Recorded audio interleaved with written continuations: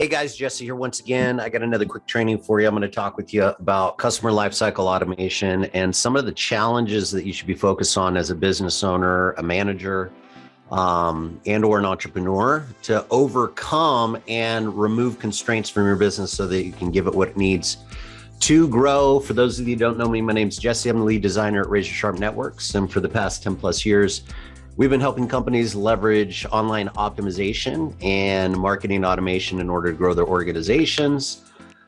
Today, we're going to talk with you about customer lifecycle automation. I'm going to give you some concepts that'll give you the ability to kind of compartmentalize some of the challenges facing your business and how to remove those constraints from your organization. So let me jump right in here. And there's three areas that we tackle with all of our clients in regards to concepts and or challenges to help them overcome and remove friction in regards to their sales cycle and or remove constraints from their sales and marketing process so their business can grow.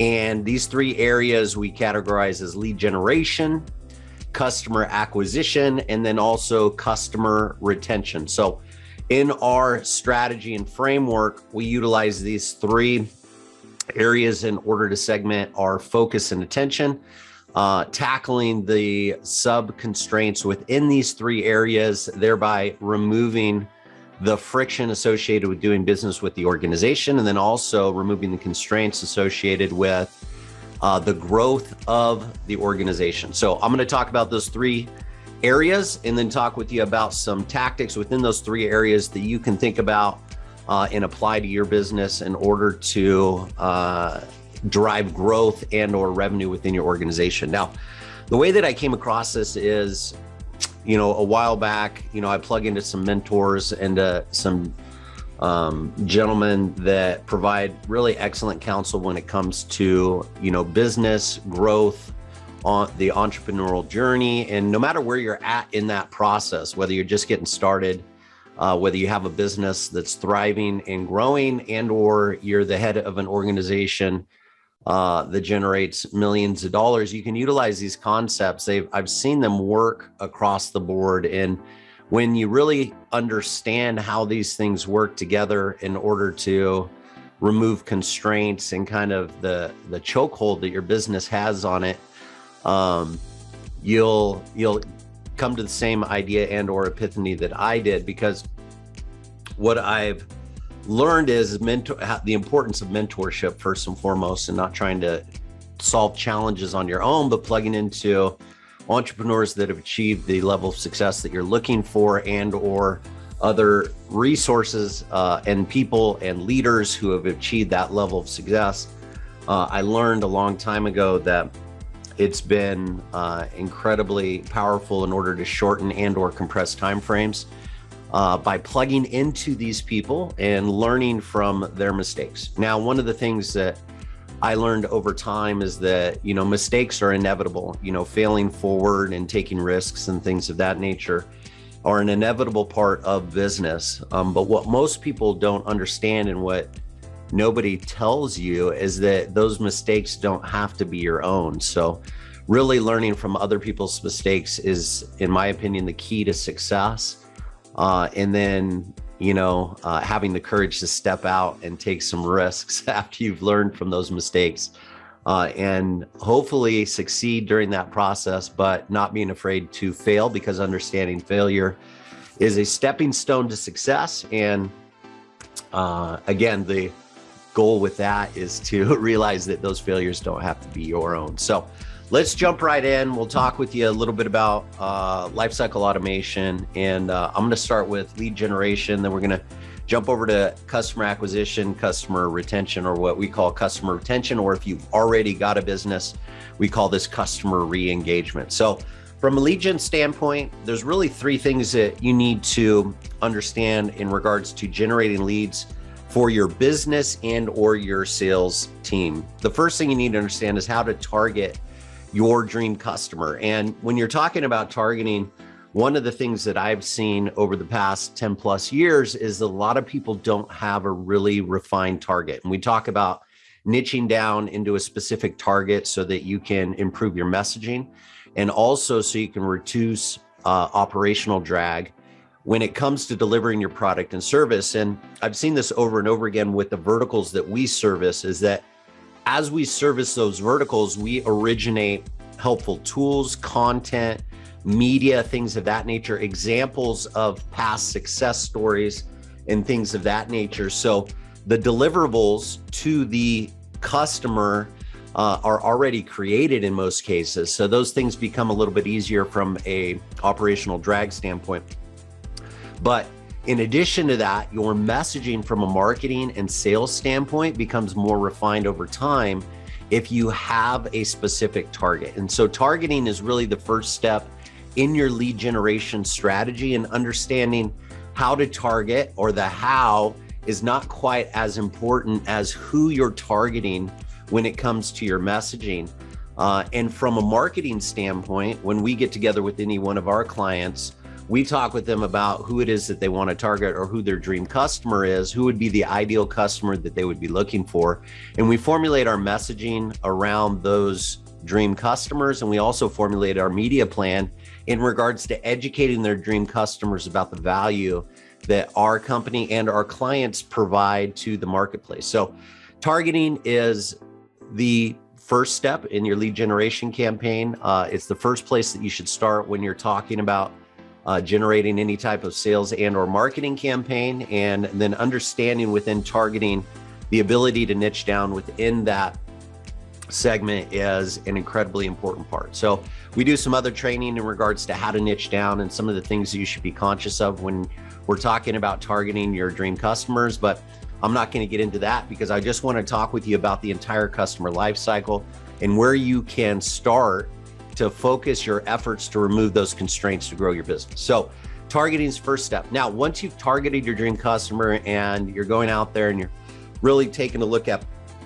who it is that you're targeting, now we need to talk about how you're going to attract them. What are the things, what are the challenges, what are the pains that they're facing, and what is it that you can provide in regards to attracting those leads to your organization. Now, this may vary depending on whether or not you market on a national and or a local level. Of course, on a local level, you can do things like product previews, you can do specials, promotions, things of that nature in order to attract those people. If you market more on a national level, you might provide swipe files, checklists, things of this nature in order to attract people or solve challenges for your dream customers prior to them doing business with your organization. So really kind of tackling that challenge of how do I attract my dream customer is kind of the next step in the lead generation process. And it's something that you should get intentional about and really get focused on in regards to, well, what are the primary challenges that I am going to overcome, and how can I do this in a really simple and easy way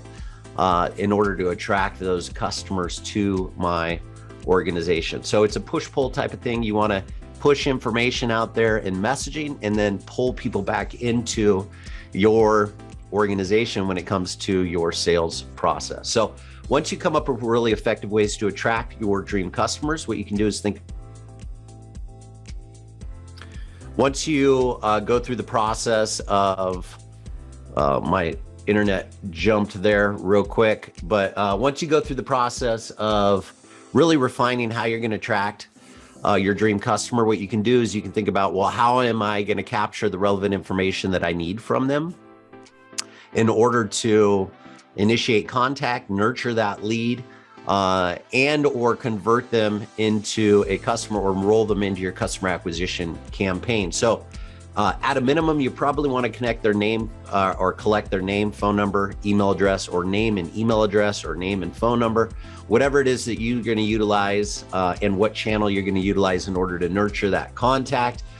You want to also make sure that you're utilizing things like remarketing pixels in order to put your business and your brand in front of the potential customer on a regular basis. So remarketing, what it is you utilize your browser and people that are visiting your website in order to generate marketing lists, and then you're able to communicate your messaging on a go forward with them as they surf the internet and things of that nature. So there's a lot of different ways that you can capture that lead without actually capturing their contact information. The first way is with remarketing and tracking pixels, things of that nature. You can do that on, all the different channels out there, Google, Facebook, Instagram, LinkedIn, things of that nature. Then you want to, have something that's so attractive or bait out there in order to gather that lead, so that is a big enough value in order to potentially capture their name, email, and phone number. That's an exchange of information. So really the nuance with that is ensuring that the value that you're providing from a lead capture standpoint outweighs the exchange of information or the value they put on their name, email address, and phone number. So this is the lead generation process. There's 3 steps. You got lead generation, you got target, attract, and capture. This gives you the ability to go out there and originate leads for your business, your sales team. And it really should be the first place that you take a look at and ask yourself, what is our lead generation program? How are we targeting potential customers? Who is that potential customer? First and foremost, define the who before you go out there and refine the how. What are we utilizing in order to attract them, right? To raise visibility, to advertise our business, our brand, our process, our products, and or services. How is it we're going to capture their information? And then once we gather and solve those challenges, we can move on to our customer acquisition program. Now, when we're in our customer acquisition program, we want to make sure that that program is engaging, that we've originated content on a regular basis, and that we have a clearly defined process in order to engage them and move them through our sales process, from whether it's initial contact and you want to nurture them by providing value all throughout that process.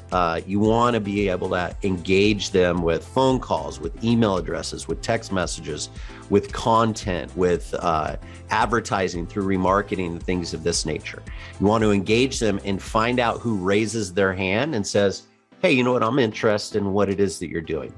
So once they raise their hand, whether it's through a click, a call, a text message, maybe they're watching content, videos, things of that nature, and you've actually engaged with them in some way, shape, and form, you've moved them from the lead collect to an actual engagement. That should be a simple process in order for you to categorize people or segment your list. Once you do that, what you want to do is you want to put your offer in front of them.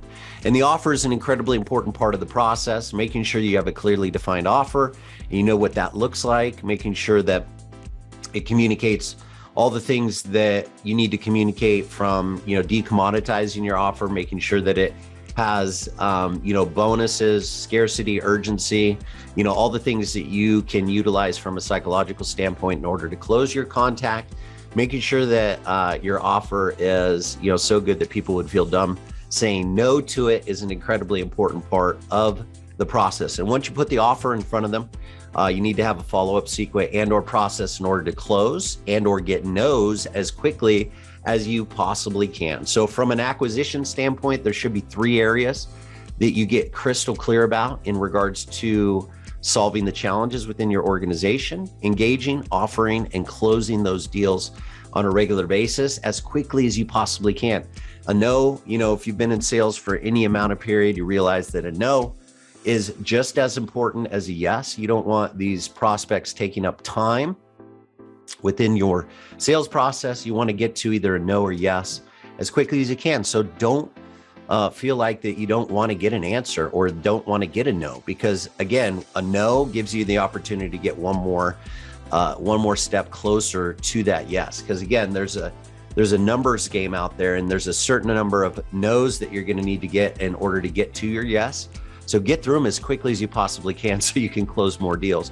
And then understand how many no's you want to get to or get through before you get to your actual yes will give you some sense of urgency in regards to getting as many people through the decision-making process and through your customer acquisition campaign as you possibly can. So now once you get to a no or a yes, the next step, and this is where most of the people in my experience actually drop the ball. They don't do what it takes in order to promote and market their business on a go forward. So of course, after you close the deal, there's things to consider from an operational and product delivery standpoint. But what we focus on from a sales and marketing standpoint is customer retention, and then also originating content around the things that are going to help us reduce friction in our sales process on a go forward. First thing we focus on is reviews, and having reviews is what we consider as marketing gold. The more reviews you have, the more social proof you have. When people do search or research on your company, there's a lot of really great stuff that you've written about your organization and what it is that you do, but nothing sells like a review. So making sure that you pepper reviews all through your marketing process, on your website, things of this nature, can really reduce the amount of friction when it comes to purchasing products from your organization. So reviews are incredibly powerful. Referrals. Referrals from existing customers is a place that you can focus on in order to grow your organization, and having an effective referral program that's clearly identified and outlined that you communicate and or advertise to your existing customers can be incredibly impactful. But in addition to that, you should have a referral campaign where you take a look at who's in your sales cycle, either before or who already has relationships with your dream customer. Now, if you think about this from a standpoint of who's already got relationships with our customer that's not a direct competitor of ours, and how can I develop relationships with them so that we can refer business back and forth? That's what's called a referral partner. And there's a lot of industries that have gone out there and created multi-million-dollar businesses just through referral marketing, where they really nurture the people that have relationships with their existing markets, whether it's pre-sale to their market and or post-sale to the market. They really go out there and nurture those relationships and kind of understand more effectively than others how that relationship will work and how it can be mutually beneficial. And they're able to communicate that on a regular basis. Then, of course, a lot of times if you don't stay, we talk about repeat business as part of our customer retention process. A lot of times, and this is in my experience too, is that a lot of times I'll actually have customers that come back to me when they get contacted by other organizations that provide a similar service to ours. And they say, hey man, is this legit? I mean, they're making big claims. They say they can do ABC, is this a legit thing? And that type of relationship is incredibly impactful. When you become a trusted consultant, when it comes to whatever it is that you're delivering to your customer, and they're coming back to you for advice about where they should take their organization, and or they're coming back to you for information on your specific niche or industry, that's where you want to be. You want to be seen as an expert in your industry. You want to be a trusted consultant to your customer, and you want to stay in communication with them moving forward on a regular basis. So regardless if you're in a service industry or if you deliver any type of professional service, whether it's B2C or B2B, business to business or business to customer, staying in contact with your customers at least once a month is what we request for our clients as a minimum. Will give you the ability to develop a relationship. Business is all about relationship in our estimation, and the tighter the relationship, the longer the business will stay. So from a retention standpoint, you want to be in communication with your customers, regardless if it's B2C or B2B, as I was saying, and you want to make sure that you're doing things that deepen that relationship on a regular basis. A couple of ideas from here is surveying them in regards to feedback on your products and services. Feedback is the key. Retention is the goal. Feedback is the key. And what we want to do is make sure that we're surveying past customers on a regular basis, getting feedback on product delivery, on their experience with individual representatives within our organization. Anything that you can get feedback on in regards to helping you with product development and or process development or anything like that can be incredibly impactful for your organization. And what it does as kind of a benefit or a side benefit to that is it gives you the ability to develop relationship and communicate your commitment to your customers in regards to delivering your products and services. So 3 areas that you can focus on in regards to removing constraints and giving your business what it needs to grow is lead generation, customer acquisition, customer retention. I'm going to leave an outline of this in the description of the video. If you have any questions, go ahead and leave that in the description of the video. If you'd like to get access to future trainings, you can access as we publish these trainings to our YouTube channel. And then also you can connect with me on LinkedIn and get access to these trainings. And we'll continue to talk about the frameworks that we utilize in order to help our clients organize their efforts, remove constraints from their business, and help drive growth within their organization by reducing sales friction and making it effortless to do business with their organization. So that's all I have for you today. Hopefully you found some value in that. Again, if you have any questions, go ahead and ask those. But until the next time we speak, make today and every day a fantastic day. We'll talk with you real soon.